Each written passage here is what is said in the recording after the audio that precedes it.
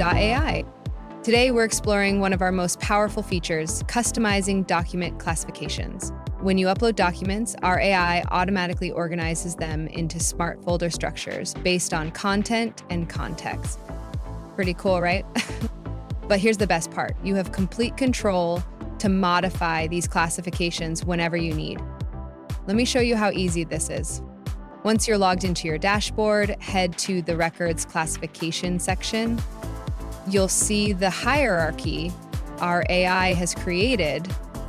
You think of it like a smart filing cabinet with main departments at level 1, categories at level 2, and specific cases below that. Want to edit an existing folder? Just click the edit option.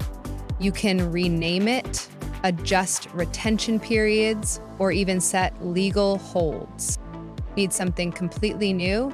No problem. Let's create a new department. I'll click Add New and name it Hiring Interns with a 45-day retention period. Goes done. I can add subcategories like social media marketing interns with custom settings. The beauty of RecordsKeeper.AI, you get AI, intelligence, and human control. The system learns and suggests, but you decide the final structure. Your documents, your rules, your way. This flexibility means your filing system grows with your business needs while keeping that AI-powered efficiency we all love.